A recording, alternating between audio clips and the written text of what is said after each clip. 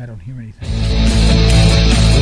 You're about to hear a revolution in talk radio, Liberty Talk Radio, where the critical thinking will defrag your mind of propaganda-ridden viruses induced by mass media news programming. No BS here, just the facts. And now we present to you America's quintessential iconoclastic anomaly. Wow. In talk radio, your host, Joe Cristiano. And welcome everyone to Liberty Talk Radio, America's libertarian voice, broadcasting from the good old USA to around the world. Today we are so pleased to have Tracy Lawson as our guest. Miss Lawson has to her credit an award-winning nonfiction history book, Fips, Bots, Doggeries and More, and now her new book, Counteract. I keep on wanting to say Counterattack. I can't seem to say it's that. Counteract. It's Get it Counteract, right, Joe. and I read the book, and you think I'd know better. The first volume in the young adult dystopian resistance series. Her second book in the series is Resist, which I think is out right now in electronic form, but I think the official published date was August 5th, but I think it's available today. These books question what happens when we surrender our liberties for the promise of safety and security. Does that not sound familiar? Doesn't it, Preston? It does sound familiar. Right. Yep. And Tracy, welcome to our show. Thank you. I'm sorry, again. No, go ahead. Tracy, I have to admit, when I read your book, in fact, let me hold it up. This is what it looks like. Counteract. There it is. Counteract by Tracy Lawson. And a fabulous book, by the way. I love the way you write. What I cannot fix in my head, and this is a personal thing, is that if you look at your background being a choreographer in the performing arts, being a writer since you're a child, and you indicate that you had this desire to write all your life. This book is so out of character. I would write something like this. I'm a weirdo, but no, it sort of didn't fit your profile or personality. It seemed like you took a left turn somewhere. How did that you have to explain that to me, because I can't sleep at night. I would love to. I would love to tell you how we got there. As you know from my profile, I always wanted to be a writer, majored in telecommunications creative writing at Ohio University, and went looking for that big idea. Well, life gets in the way. You get married, you have jobs, you have kids. And then I got a journal written by my great-great-great-grandfather as a Christmas gift one year. And I thought, I'll use him as a character in a book, and I'll write the book. And that's the book, Fips, Bots, Doggeries, and More, that you spoke of. But the goal was always to write fiction. And that turned into a history project that spanned decades, and that was really fun and all. But my goal was always to write fiction. So let's fast forward to 2010. I've got a contract for the Fips, Bots, Doggeries, and More book. And I have a teenager who has a friend. And this particular friend also wants to be a writer. And he's the friend who hangs out at our house and eats our food and all this stuff. And he said, every kid has a friend like that, right? I know. We've had plenty of them. In fact, one's in my studio right now. I was about to say, hey, that's me. There's always somebody like that. And so he said, Tracy, would you edit my short stories? Because I want to be a writer and I want to, get better. And it's sure, absolutely. So we developed this working rapport. He's about 16, and one day we're working on, we don't have anything to work on. And he says, how about we just throw out some ideas and start something new? Sure, sounds great. His prompt was, what if everyone's on LSD and all thoughts are communal? Go. Wow. And it was, so wow. And again, you go, oh, okay, well, let's write about that. It sounds like fun. So I wrote a scene, he wrote a scene. The scene he wrote is at the beginning of chapter 3 in the finished book. And the scene that I wrote is in chapter 7. So we enjoyed the characters we had created. We, messed around with it a little bit. And then at the beginning of his senior year and my daughter's senior year, I said, okay, Chase, we are going to nail this thing down. We are going to write this book. And he goes, Tracy, I'm taking 4 AP classes. I'm playing varsity football. I have a girlfriend and a job. I can't do this anymore. But you can have my characters. Wow, so okay. He created Tommy and Eduardo the mailman, and I had created Kareen. Okay. And so I went on without him. But the idea came from, I didn't even know if it was a dystopian novel at the time. It was just a writing exercise that evolved. But after 6 or 7 scenes in which we loved these characters, we were like, we really should develop a plot. And when you think about why is everybody on LSD, why would they be taking LSD? Well, they could take it on purpose, or they could take it because they're being tricked. And as soon as you hit that, they're being tricked, then you say, well, who would trick an entire nation into doing something they don't want to do? And bam, you're right there at dystopia. But, you know, I love to read YA fiction. I love to read dystopian fiction. And so it was kind of not too much of a stretch for me to get there once I was on the road. Well, fabulous story. Well, the thing is, I don't read this as fiction. That's my problem. I mean, I found this incredibly disturbing, this book, not because it was poorly written or that I disagree with it, is because it was so real. I mean, I felt as if I was reading current history, not something that occurred in 2034. And I read every word of this book.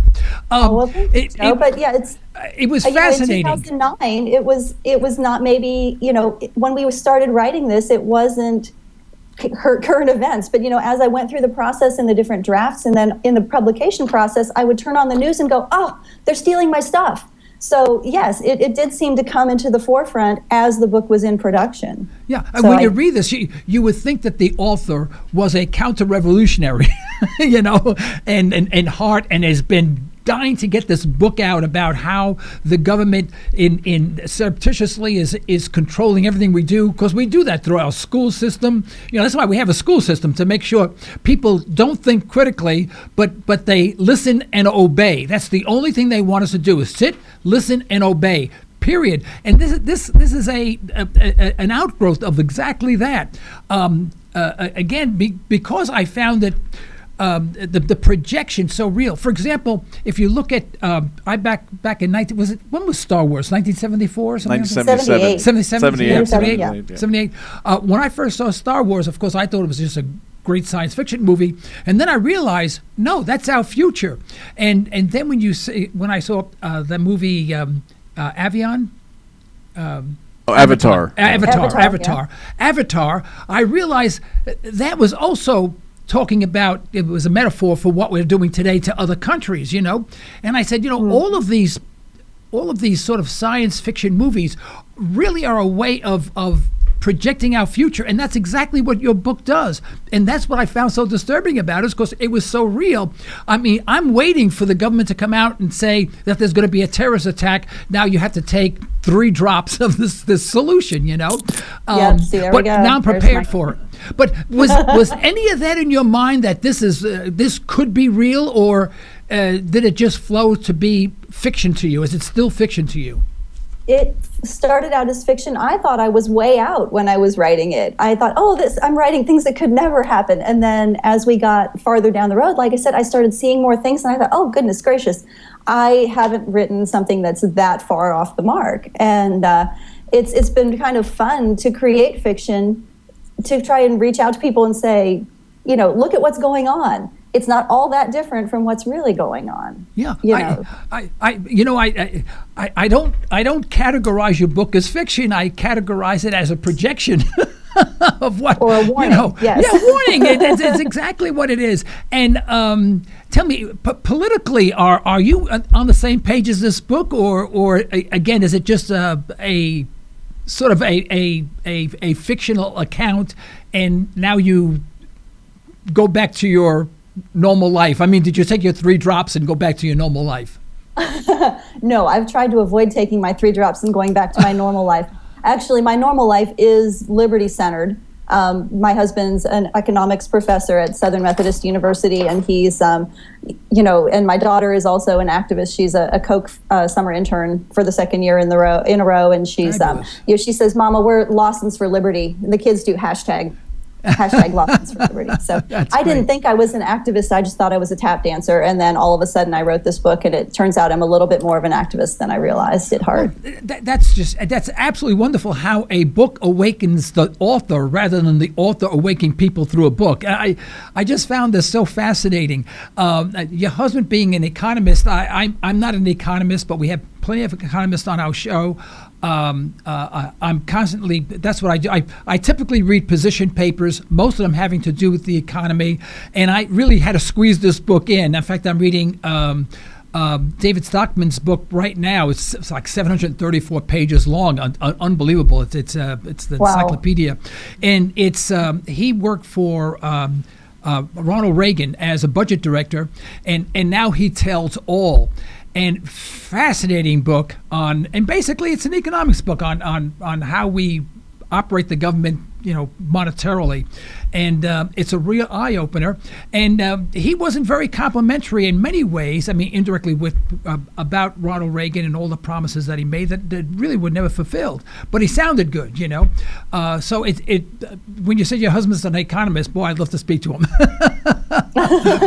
We'll get him on the show. So. Oh, I'd love. Yeah, please have him contact Preston. Love to have him on the show. Like to share his ideas and with our audience. That would be great. I'll be in touch. Right. I'll be in touch. Yeah, he's right up your alley. He writes the Economic Freedom of the World Index with James Courtney. So I think he's right up your alley. He does. Oh, he's the guy. Well, he's that guy. Economic Freedom Index. Yeah, I want to follow that. Yeah. Oh, okay. We're like 43 now or something, or 42. Didn't we drop something like that? Oh, I think we dropped to 17 or 17. Maybe 19. But yeah. From 3, yes. Yeah, from everyone. Yeah, everyone else in the everyone else in the United States, who goes to our public school system thinks we're number one. That's the problem, And I know there's other indexes where we have fallen all the way down to 47 or something like that. Really pretty dismal numbers when you consider where we started and where we are today, and it's all in the same direction down. It's nothing's getting better. All right, now tell us a little bit about the book itself. It ends on an ordinary day in October, the day of a terrorist attack.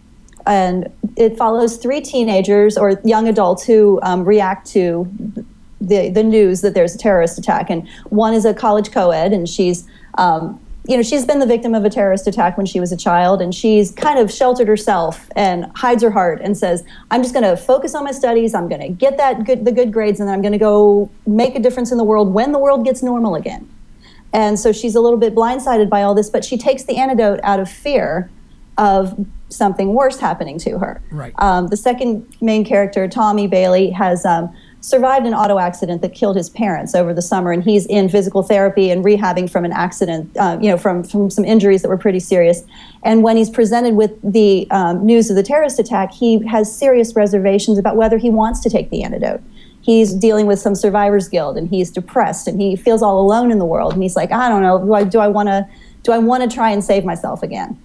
But ultimately, he decides to go on his crutches all the way over to the university and pick up his vial of antidote. And then the third person is a young quadrant marshal. And the quadrant marshals are a quasi-military police force that keep order in the quadrants that the United States has been replatted into. And he's also a double agent for the resistance. Right. Because his older brother is kind of a crazy nut job who lives down in the mountains and keeps feeding him the propaganda and about how to be free.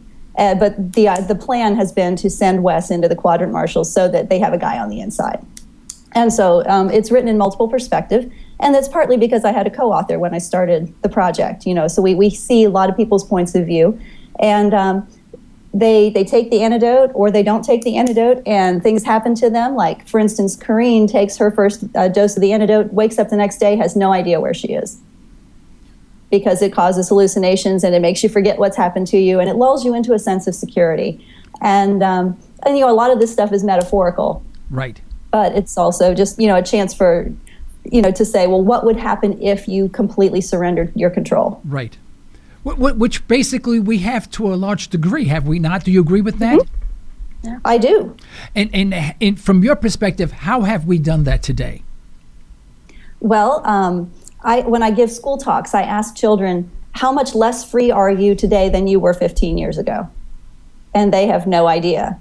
And then when I say things like, well, I'm flying like it's 1999 because I have the TSA pre, and I can go through without taking off my shoes or taking my laptop out of the bag, they don't get the joke. When I say that to adults, they get it. Right. Remember what it was like. And you understand the rationale for some of the things that have been taken away from us, but at the same time, you can't take away our freedoms to make us feel like we're safer when we're not necessarily safer at all. And lulling people into a false sense of security is not the right answer for any of this. So I think, and I don't necessarily pretend to have the answers. Well, but your example of the TSA is excellent, because once we become accustomed to it, we accept that as gospel, and that's the way we're supposed to do it. That's the right way to do it. That's protecting our freedom, and the thought of not having that extra layer of protection, not taking out 3 drops, is unconscionable. And it's so interesting when you ask your students that's fascinating, where they're blindsided. They don't know how to think. They can't perceive it not happening. Right. Just the way my characters can't perceive a world where they're allowed to get driver's licenses, or a world where they're allowed to attend concerts and sporting events, because all these rights and privileges have been curtailed in the name of safety. Because, as we all know, if we fill up a football stadium, that's a prime target for a terrorist attack. Right. Yeah, and I guess we don't perceive, the world perceives the United States as being the terrorist in many cases, because our planes are over there bombing, and we're propping up dictators and stuff like that. No one's here doing that, and I always find it interesting the way we think. We can go to another country. Well, we went to Afghanistan, to Iraq. We call it the war in Iraq, which hacks me off, which is an invasion of another country. We don't use the word invasion. We use the word war, and we use the word war because what the image that conjures up is that someone attacked us and we had to protect ourselves. When in fact, no one attacked us. We just unilaterally invaded another country. Totally different concept, but we only talk about one, and we never talk about the Iraqi invasion. Now, as a result of doing that, somewhere in the vicinity of 1 to 2 million people were killed in that war as a result of our invasion. Right? But that's okay. That's 1 2 million. That's not. But if someone comes here and 10 people are killed because a bomb goes off, the Boston bombing and whatever, which is horrible. Don't get me wrong. One death is absolutely horrible. But that to us is that now we really have to get serious and really kill a lot more people. And I just don't understand our logic. But we've been trained to think that is the proper response to every single reaction from people who are tired of us being on their land, propping up dead dictators, and actually indirectly torturing their people. Do you see that, or is that not your view? No, I do see that. And that's part of the reason Counteract, the terrorist attacks that happen on U.S. soil that have prompted these civilian restrictions might seem laughably small. The knee-jerk reaction to, and it was fun trying to come up with things that could have happened. Not fun in a ha-ha way, but it was like, well, what would scare people? Oh, a plot to blow up bridges. Yes. How about 10 bridges simultaneously? We'll blow them up. But it doesn't actually happen. But it's enough to say we need to abolish cash. Everybody has to make all their purchases with government-approved debit cards so that we can track what you're buying, so that we will know if you're buying things that are dangerous or can be used to make bombs. We want to know about it. So and this was before I realized that they were tapping into our cell phones and all this other stuff. So when I created that restriction, it was because, I thought, well, this is crazy. This is, But then I found out also in Louisiana, as of I think it was 2011, cash is illegal in secondhand retail transactions. So you cannot go to a yard sale or a church bazaar and pay cash for used goods.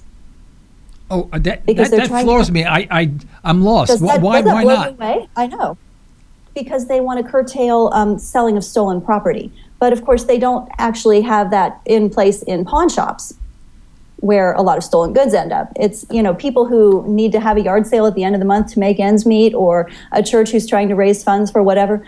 They also want to make sure they can tax everything. That's my other, assumption, is that if you can't pay cash for anything, then there's a record of the transaction, and therefore, the churches don't get taxed, but like a yard sale, you might have to report that income. Well, I have an old picture of my Uncle Louis, okay? And I want to get rid of it because he's ugly, and I put it out there. It has a scarred frame and whatever, It's been in the garage. I'm only kidding about my Uncle Louis, but I did have an Uncle Louis, but we don't want to talk about him because he's a whole program in and of himself, He worked for this large organization, very, very large. I started with an M, but it wasn't Monsanto, and he was what they they call customer service. You know what I mean? Anyway, Yes. but I have this picture of my Uncle Louis. I want to sell it. So someone comes by and says, I'll give you $1 for the picture. And I give it to him. And he gives me $1. Well, who's going to know? Are they going to be neighborhood marshals watching if there's any cash transaction of me selling my $1 picture to my Uncle Louis? This is insane. I know. I'm on the Nextdoor app from my new neighborhood, and Nextdoor is the thing where it's like a neighborhood gathering. You can say, I lost my dog, or can anyone lend me a ladder? We have that kind of thing, yes. Yeah. And somebody mentioned that they got, the Dallas PD came by twice with code enforcement for their yard sale, but they didn't come when someone broke into their garage. So, well, yeah. Who do you blame? Well, let me ask you. This is almost like a what do you call it? Game show, you know? It's a turning on. In your mind, who do you blame for all of this? I mean, who's to blame?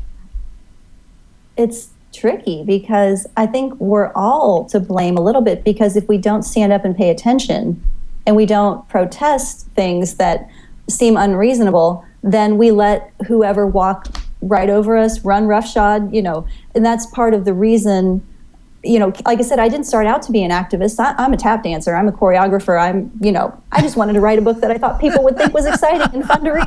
And it turns out, you go, wow, you know, I can reach out to people through fiction. I can tell the truth through fiction. And I can capture the imagination and the minds of more people than I can if I go out there and just yell statistics on street corners. You know what I mean? Yeah. No offense to my husband, because that's kind of his gig. Well, I assume you've watched the original Star Wars. Oh, of course. Yeah. I remember seeing it in the theater, yes. Yeah. And I was also assume that you've watched Avatar. Mm-hmm. All right. Now, do you see the projections there as well, just like your book? Oh yeah, absolutely, and it's a recurring theme, and we need to keep revisiting that theme over and over. Apparently, right? Because we've been hitting it for a long time. Star Wars was, like we said, 1977, 78, and it's iconic. Everyone has seen Star Wars. At least I hope everyone has seen Star Wars. But how many people realize it's a projection of what could happen? Right. In our world, if we let the forces of darkness take over. Yeah. You know, it was interesting. I saw a picture taken of one of the new U.S. aircraft carriers, the Gerald R. Ford, and they're gigantic. They're a city. They could be the 51st state. You know, that's how big they are. Oh, wow. And it was a picture taken from below deck. So you're almost shooting slightly up, and it was in the distance. And you know what it looked like? It looked like the battleships in Star Wars had the same shape. Oh my goodness! Yeah, the first thing that came was Star Wars, and I said, you know, when they talk about the Death Star and stuff like that, really what they're talking about are these battleships, you know, that are in foreign ports, because they've got to be frightening. They are just so humongous. They're so powerful. They have all these high, supersonic airplanes on them with atomic weapons and whatever, and what I think what they were projecting is that, you know, we are the dark side, and we're parking our ships in their ports, and when they look at us, you know, we are the Darth Vaders of this world. I know, and I think that we don't perceive ourselves that way. You know, we perceive our world as normal. And we're told we need to send troops over there, we need to invade, we need to curtail. And people accept, you know, because they're afraid. They don't want, you know, I don't want a Boston bombing to happen on my street. I don't want that to happen at the university campus that my daughter attends. You know, I don't want any of these things to happen to me. So therefore, we should go, you know, a strong offense and all that stuff. But it's very tricky, and it's very hard, and you have to think about how you're being perceived by the people overseas as a villain. And no wonder people fight back sometimes. You know, and they fight back in a localized little way, because that's what's within the scope of what they can do. And so, you know, yeah, it's kind of sad that we need to examine our perspective, I think. Well, you know, if you project this further, if the students that you speak with already appalled to think that you can get on an airplane without being stripped and strip searched and whatever, it's not going to get better. It's going to get worse. And what is that worse to you? Wow. My husband and I talked about this at one point in the writing of Counteract, because he, was like, what is the scariest thing that could happen to you? And he said, papers, please. Being constantly stopped and constantly harassed and of course that happens in our country all the time. It just doesn't happen to me. That's right. I am not the profile. I don't fit the profile. I'm a suburban mom in her 40s. I'm white. I'm fairly affluent. I'm not the person that gets targeted. I'm not the part of the people who are harassed. And it's appalling to think what goes on even in our own country. But people, when I go talk at different schools, I get kids with different perspectives, because sometimes I talk in affluent schools and other times I will talk at schools where, nearly everybody's on reduced price lunch and it's a completely different world for them. And meeting an author at an affluent school, like, oh yeah, we get those all the time. Well, at the school where, it wasn't, where the kids weren't quite so well off, it was a big deal because nobody ever comes to visit them. Wow. And nobody ever goes to talk to them. And it's, and I was struck by the difference in, like, I had one young lady in a class and she sat there and just watched me with rapt attention through the entire class period. And then when my talk was over, she kind of motioned me over and I came and sat down close to her and she whispered, I write poetry. But she couldn't say it loud enough for any of her classmates to hear her because she was afraid of being ostracized or ridiculed. And I thought, oh, gracious.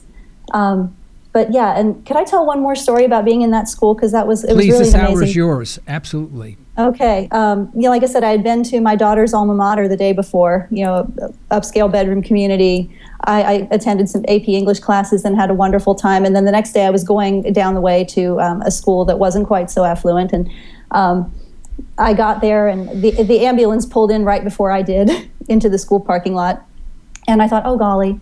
It's 7 a.m. It's a little early for a gang shooting. And of course, that was my perspective because I thought, oh, I'm in the hood now. And it turned out that one of the teachers had a panic attack and was being taken out on a stretcher. And that teacher was my host for the day. Oh, so all of a sudden, I'm without a host.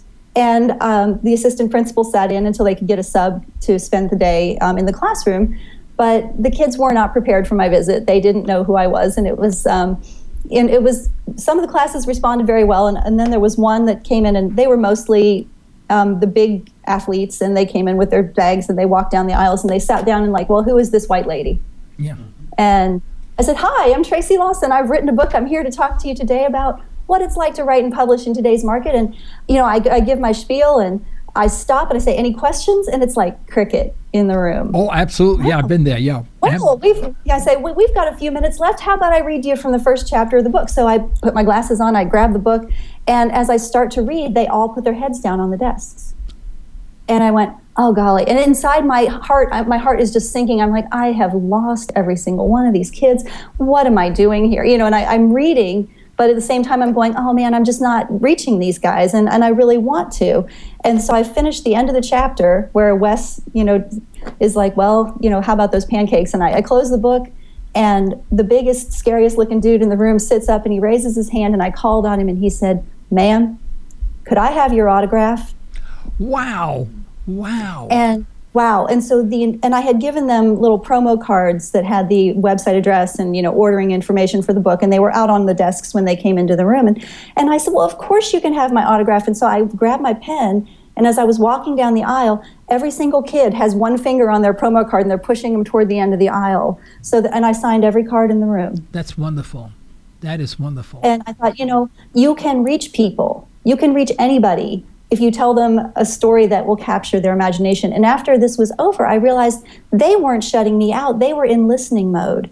Because you think about little children coming in from recess, at least in my experience, we'd come in from recess and we'd put our heads down on the desk, and it was like you're settling down time. The teacher would read you a story right when you were very young.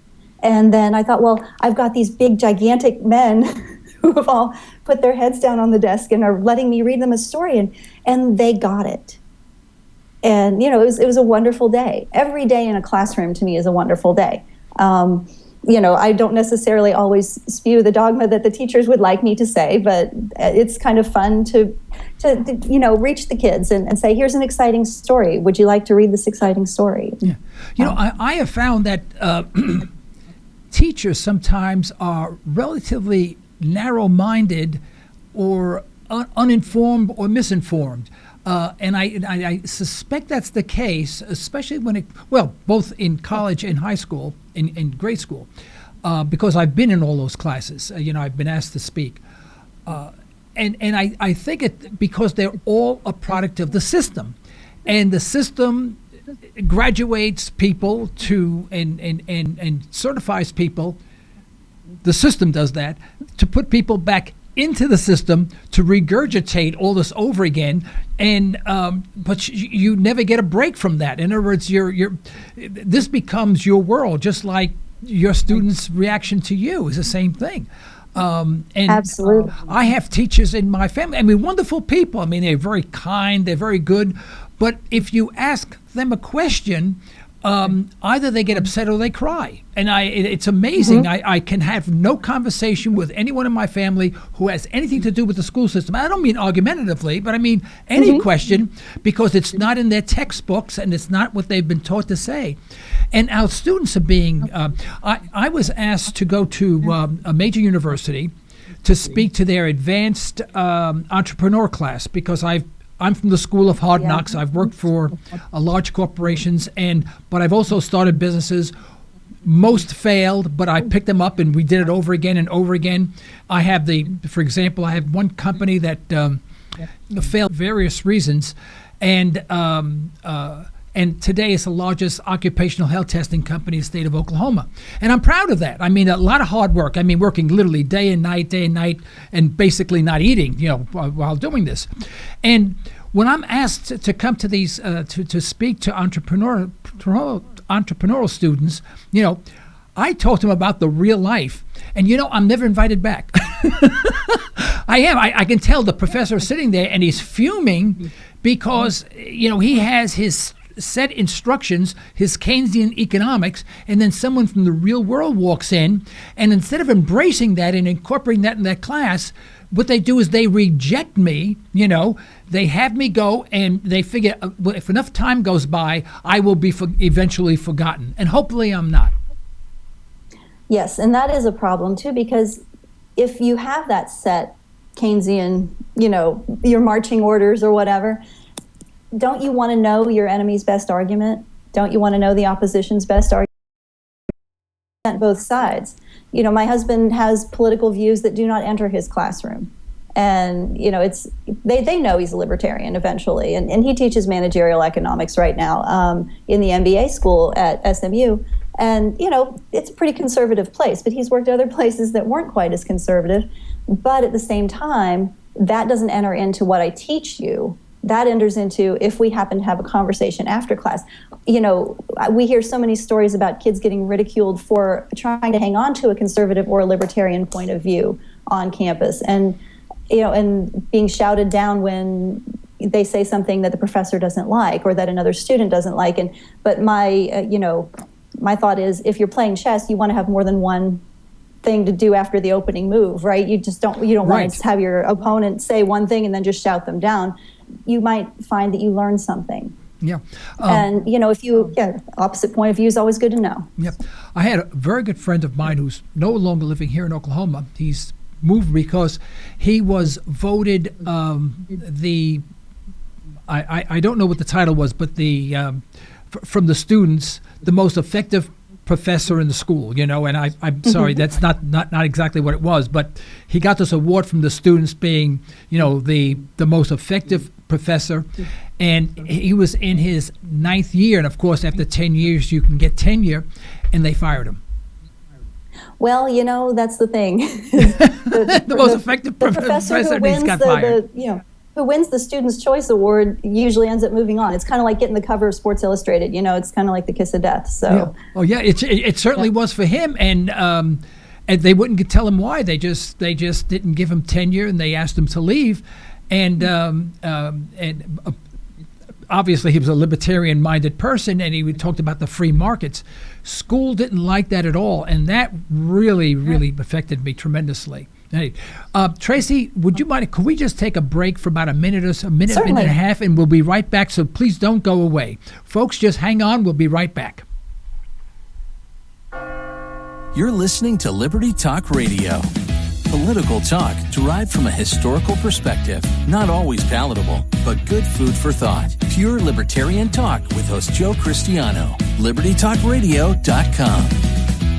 Express Test is your go-to company for on-site occupational health testing services. That's right, we said on-site. That means we will meet you at your facility for a free health and occupational safety consultation. Express Test specializes in hearing conservation, respiratory protection, and employee safety. We can help you establish viable programs tailored to your business and employee needs. For your free consultation, call 918-743-2929 or visit us at expresstest.com. That's 918-743-2929 or expresstest.com. Do you find yourself asking, what did you say? Aaron Cristiano of Ranch Acres Audiology has over 25 years of experience helping patients just like you. Hearing requires conservation. We need to be aware and we need to be responsible for our own hearing health.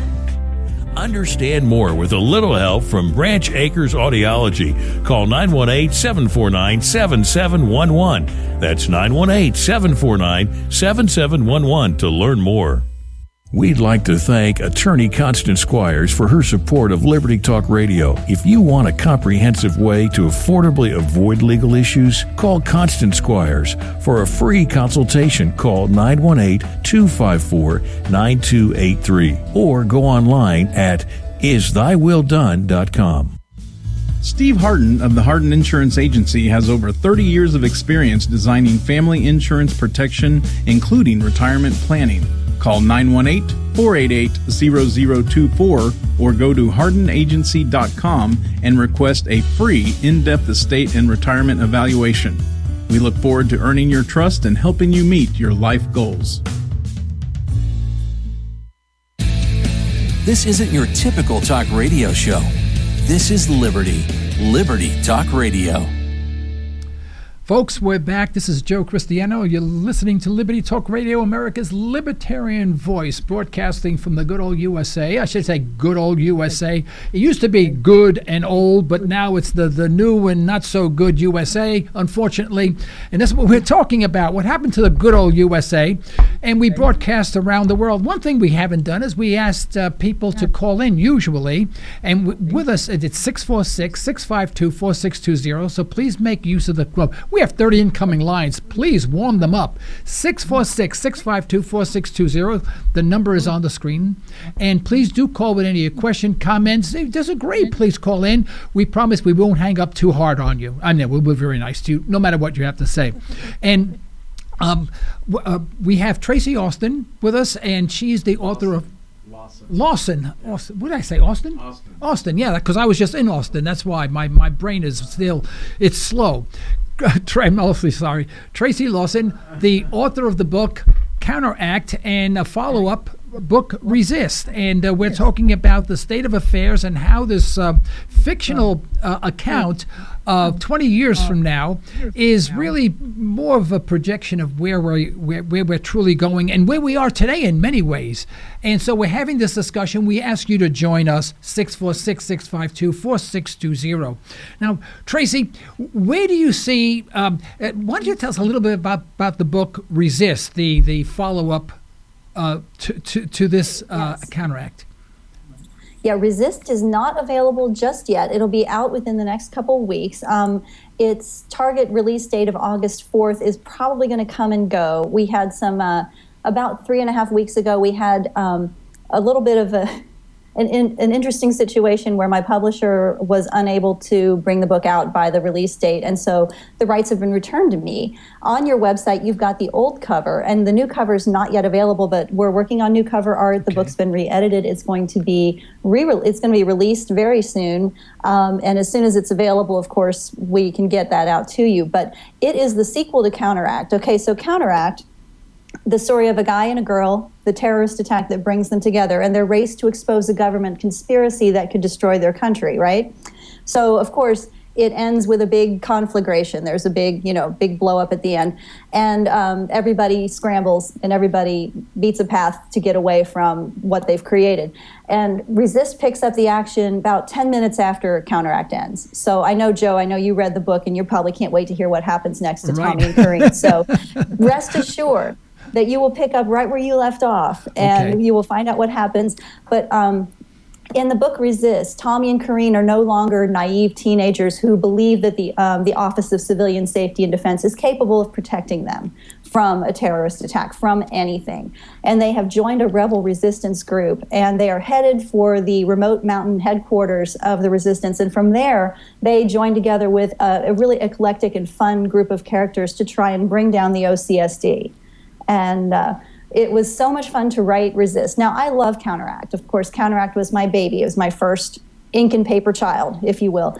And but boy, writing Resist was so much more fun in a way because I already knew the characters. And I got to introduce all these new people to the mix. And it was just a really nice revisiting. It was like a reunion with friends when you get back together with these characters. Because these characters are real. They live inside my head. Sometimes they actually kick in on the story. And they tell me when I'm doing things wrong. Well, in reading this book, I didn't get the sense that these people were fabricated. I felt that they were very real. Of course, Tommy and Corrine were just lifelike throughout the entire book, because you in the book you expressed their feelings for each other, their feelings of their own insecurities, their own doubts, and you made them very, very. And that added to the projection of what they were doing and where we are going as a nation. And that's what I found so disturbing about it. And I'll repeat myself, because it was so real, and not surreal, but so real. And now in Resist, where do you see, in your own mind, where do you see this all going? And after Resist is good, they're going to be a third book that's going to project us even further. And can you walk us through that, please? Sure. Well, Resist, of course, let's see, I can kind of give you the summary. No spoilers, really, but Tommy and Corrine have differing viewpoints on how to fight the OCSD, the evil government agency that I have created that is like, it was created to handle the TSA and now the CIA, the FBI. All the A's are folded in underneath the Office of Civilian Safety and Defense, even OSHA. So they have the last word on everything regarding safety, security, and nobody checks them. They have more power than the president. The president listens to them. Congress listens to them. The Supreme Court passes whatever they need to pass. And so the OCSD is like an end run around a path someone else might take to become a world leader, basically. And so they are the last word, but they have chinks in their armor. And so the resistance has, and like I said, a very eclectic group of people. There are working class people, there are professors, there are lawyers, there are students who are all coming together to try and bring this thing down. And plans to spark a revolution go awry with consequences far greater than anybody anticipated. And that leads us into the third book. And there is a third book and probably a fourth book, because the third book, I'm writing it right now, and it's longer than Counteract was, and I'm still nowhere near done. So I'm assuming it's going to go into a fourth book in the series. Yeah. Well, what was interesting is when you start talking about the OCSD. OCSD, yeah. That's it. I sorry, got that filed up. Oh, I'm terrible with acronyms, and that's kind of a running joke, is that I am the worst person in the world with acronyms, so I created all these new acronyms for this book. But you know what's interesting is that when I first read that, I said, this has got to be a copyright infringement, because there's got to be an organization such as this already in existence. And I was convinced that you were really replicating one that already existed. Well, although I realized that you couldn't do that. But we have those organizations, the TSA and all this other stuff, and it didn't seem like this is so far out into the future. I felt like this was really, it's interesting. I felt like I was reading the present and not the future.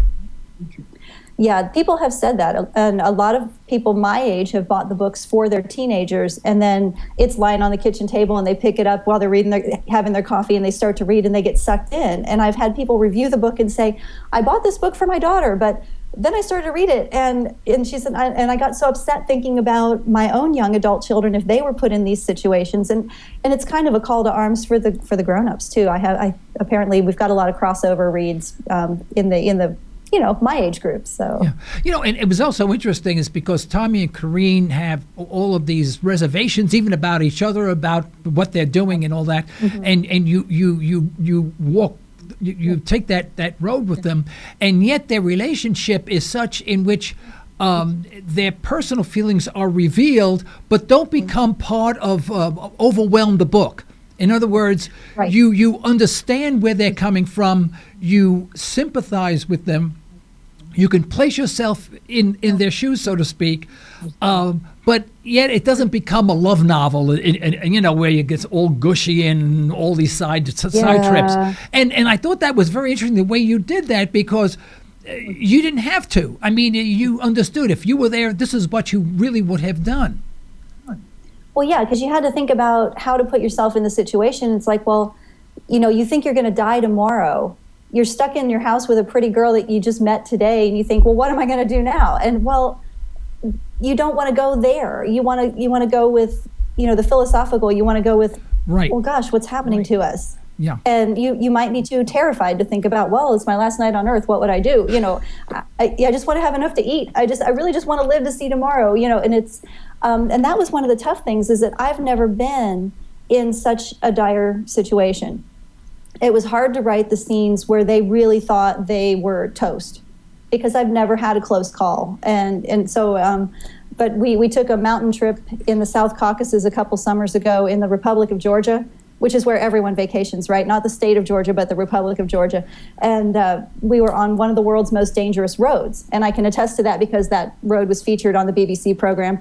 And I didn't know that until after I had successfully navigated it up and down. But this mountain trek, I really thought I was going to die, Joe. I mean, the road was littered with shrines to people who had fallen off, and right. we would meet army lorries or herds of sheep, and we'd have to back up. And it was terrifying. And I will admit here on the radio that I cried for the last 2.5 hours down the mountain because I just couldn't take it anymore. I wanted to open the door, jump out of the car, and control my own destiny and right. know when I was going to die, because I thought it was imminent. I was sure. At the point where the guide said, everybody take off your seatbelts and roll down your windows, just in case we go in the water, you'll have a fighting chance to get out. And they weren't kidding. Okay, and that was on the way in. So the scenery was breathtaking, but if I were to return to that area, they would need to helicopter me in and out because I just can't take those roads. But just having that experience where it was it was 7 hours in and 5 hours out, because you went faster downhill apparently, right. To get down the mountain. And I was like, for 12 hours, I really seriously thought I was going to die. Well, then when I got down off the mountain, I knew how to write that scene with Tommy and Corinne, because it was that right. prolonged waiting for the other shoe to drop moment. And when, I was like, you guys, I'm so sorry to do this to you, but I can't write this. Now I can write it. And, but like I said, the kids Tommy and Corinne and Wes, I think that of them as my other children, and they will kick in if I'm on the wrong track. In one scene, that's great. Tommy and Corinne's relationship was still fairly new. And in the plot, I had outlined this whole thing. I was going to do this right on the first try. So I had a good outline. And there was conflict that arose between the two protagonists, and there was supposed to be an argument of some kind. And the dialogue seemed so stilted, and I wasn't quite right. And that was when Corinne appeared to me, and she said in her voice inside my head, that's not what I would say there. Uh-huh. And I kind of looked around in the room, and there's nobody else there. And I said, that's what the outline says you're supposed to say there. And she said, I don't care about the outline. That's not what I would say. I would say this instead. And she said what she would have said. And I said, oh, but that's awful. That's so mean. You're going to stomp on that poor boy's heart. Why? Because you create these characters. You want them to be wonderful people, right? Right. But they're not wonderful people. They're complex people. And she said, that's who I am right now. You have to let me be who I am right now so that I can grow. Wow. And I wrote it her way, and then everything fell into place. So now when she shows up, I listen. And it's in the big climactic scene in Resist, I felt like we were doing a first read-through on a play. We had Tommy and Wes and Corinne around a card table with their scripts open and a bottle of water, and we talked through who was going to do what in the big conflagration scene at the end. And, then you're going to do this, and you're going to, well, what if I, and they all kind of kicked in. And it was a collaborative effort. And, people might say it's nuts, but it works for me. And I read an article recently that said if you had imaginary friends as a young child, or you were involved in a lot of imaginary play, if you write as an adult, your imaginary friends will come to you as the characters and you will interact. And I thought, well, good, that makes me feel a little less crazy.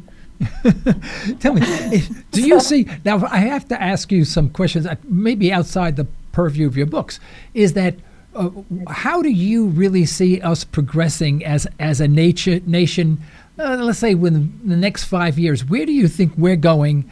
Not necessarily what you've written in the book, although it may mirror that, but if you just had to answer that question as to where you think we're going and what we'll look like 5 years from now, what do you think the major events will be, and what do you think would cause those events to occur? Oh, wow. Unfair question, I realize that. That's an unfair question. I really don't know. I mean, you understand the world that I live in is the world where we're hopeful for the Libertarian Party, where we're, my daughter is, like I said, she's active on campus in liberty groups and things like that. And she's a summer Koch fellow, summer Koch intern for the second year in a row. And she's having a great time learning about libertarianism and learning a great way to push forward into the future. So I'm hopeful because I see her and I see a large group of her friends who not just banding with, we kind of like all need to find that common ground.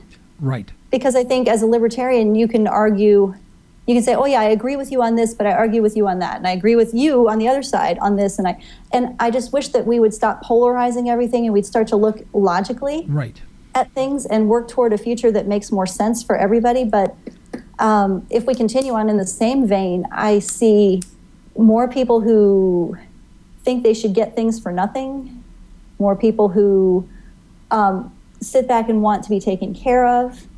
And that's just, to me, that's not the American way. I grew up on Little House on the Prairie, and I didn't know at the time that Rose Wilder Lane was one of the founders of libertarianism and that she had a large influence on her mother's books. But I kind of feel like, if you want something done right, you do it yourself. If you, and this is just my personal philosophy. I've never been political. I've never been a big political activist myself. I leave that to the other members of my family. But I just wish that we could see a way clear to get away from the things that we're doing now. And we need to, dial it back a little bit on the invasions, I think, and people will say, oh no, that's the only way we can stay safe.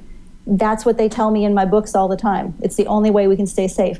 There's no one only way to stay safe. And, I think antagonizing other people is not necessarily the way to stay safe. But I have a quote that I wanted to read. This was on the wall in my war room when I was writing Counteract, and it says, "Naturally, the common people do not want war, neither in Russia, nor in England, nor in America, nor for that matter in Germany. That is understood. But the people can always be brought to the bidding of the leaders.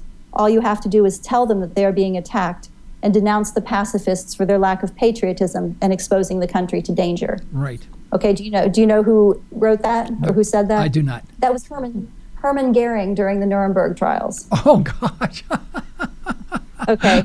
Oh, that's fascinating. But that's true today. All you have to do is say we're being threatened. That's right. And we need to stop feeling like that. We need to try and work together rather than, polarize.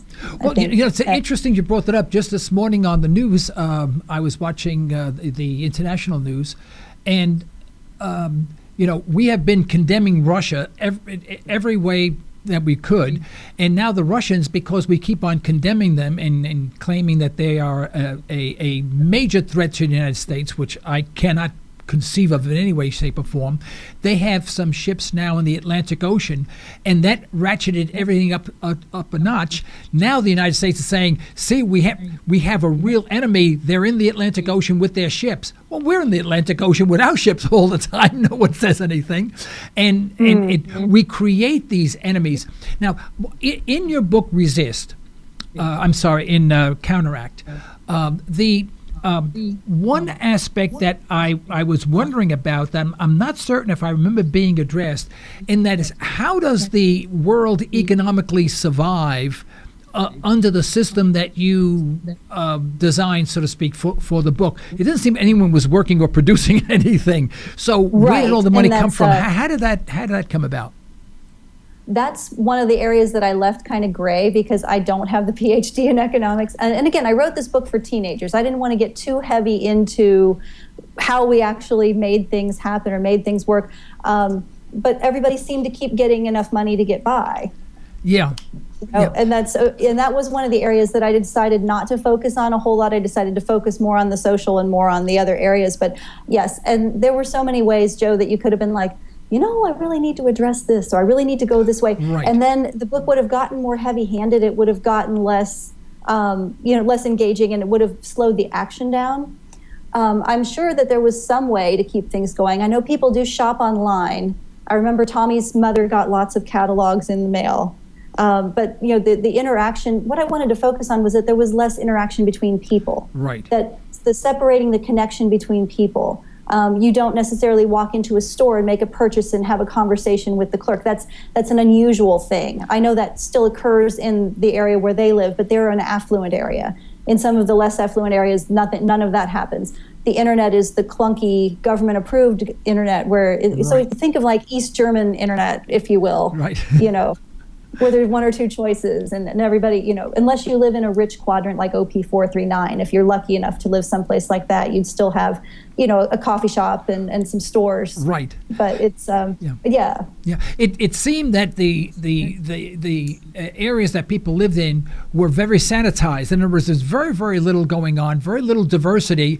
Everyone did their job, and they really had, you inferred they had very, very little. They had a place to sleep at night and maybe a job, a structured job to go to, but no one had extra money to buy anything. There was no affluence at all in any of your scenes at all. Right, and that's been kind of the trick was, when the Essential Services Department took over the food distribution because of the airborne virus that was released in the grocery stores. So they shut down the grocery stores. We're going to make you safe. We're going to deliver your meals. Oh, but it's going to cost a little bit more than we thought it was. So we're going to have to jack up the price a little bit, but we're going to take it right off the top of your paycheck, so it doesn't really matter. And so I think I was writing a government that was kind of consuming itself. Right. Everything was like, well, nobody knows exactly how much it costs, but it's okay because we just take it right off the top. But then people find in their dwindling, checking accounts, they don't have enough money to go out to eat, so the restaurants start to close. Right. And the restrictions, of course, on who can buy and sell food. You can't walk into a Quickie Mart and buy a soda and a bag of chips. They don't exist. Right. And in the second book, there's one character who's like, well, when there's a big winter storm, everybody just goes to the store and you stock up on food and it may not really matter, but it makes you feel better. And somebody goes, we haven't had grocery stores in 10 years. Where have you been? But the rebels that live out in the country, I kind of thought of like, Tennessee, Kentucky, where you could live far enough back in the hills that they couldn't find you. Right. The bootleggers and the guys who are always the lawbreakers. Well, they're the ones that refuse to come out of the mountains. They grow and raise what they eat, and they trade for what they can't, grow and raise, just like people used to do. And they're the ones that are the freest people in the country. But the quadrant marshals are like, it's not worth it to go in there after them. As long as they don't cause a whole lot of trouble, we're just going to leave them be. And that's where the hotbed of the resistance lives. Well, one thing was obvious in the book, as you get through it, is that no one is really very happy or satisfied. They just do what they're told. And there's a sadness about the whole, about society where no one is enjoying anything. They're just doing what they're told to be safe. And that's it. That's the beginning and the end. And you start questioning, why live anyway? Why live? Why life? Once you have that, and you come to that conclusion, and it's really scary, Well, by the way, we are about out of time right now. I want to thank you so much for being our guest. You've been absolutely a wonderful, engaging guest, and we'd love to hear from your husband, by the way. So have him call Preston, and we'll schedule things up, folks. The name of the book is Counteract. And let's see, can I tell you, Joe? Surely. It's like I said, because I'm switching publishers. It's not on Amazon.com right now, so you have to go to txauthors.com, and it's on your website, txauthors.com, texasauthors.com, And you can get a copy of Counteract, an autographed copy of Counteract. I will sign it myself to you, and I will personalize it to you. And if you go through that offer, then you will get the download of Resist as soon as it's available in a couple weeks. Okay, so, wonderful. It's up on your website. All right. I want to give you the last 30 seconds. Anything you want to say? Wow. Just that I hope that I've inspired some people to get this book and read it for themselves or for their teenagers, and I hope that you all will enjoy it and look forward to the Resist being released in a couple weeks. So thank you so much for having me on the show. Right, thank you. Well, you've inspired me, so you have one that you can chalk up to. Thank you so much, Tracy. Thank you so much. Okay, folks, this is the end of today's broadcast. We'd like to thank our sponsors for the financial support. We'd like to thank you for listening in. You can further the cause of liberty by recommending this program to your friends and let us hear from you. Our email address is comments@libertytalkradio.com. Remember, folks, as my wife would say, you are either allowing your liberties to be taken away. That takes no effort at all, or you're striving to protect them. That means you got to get off your duff and do something. Unfortunately, folks, there is no middle ground. You don't want to wind up in this book, Counteract. You want a free society. All right. And with that, I'm Joe Cristiano. This has been Liberty Talk Radio. Stay well. Stay tuned.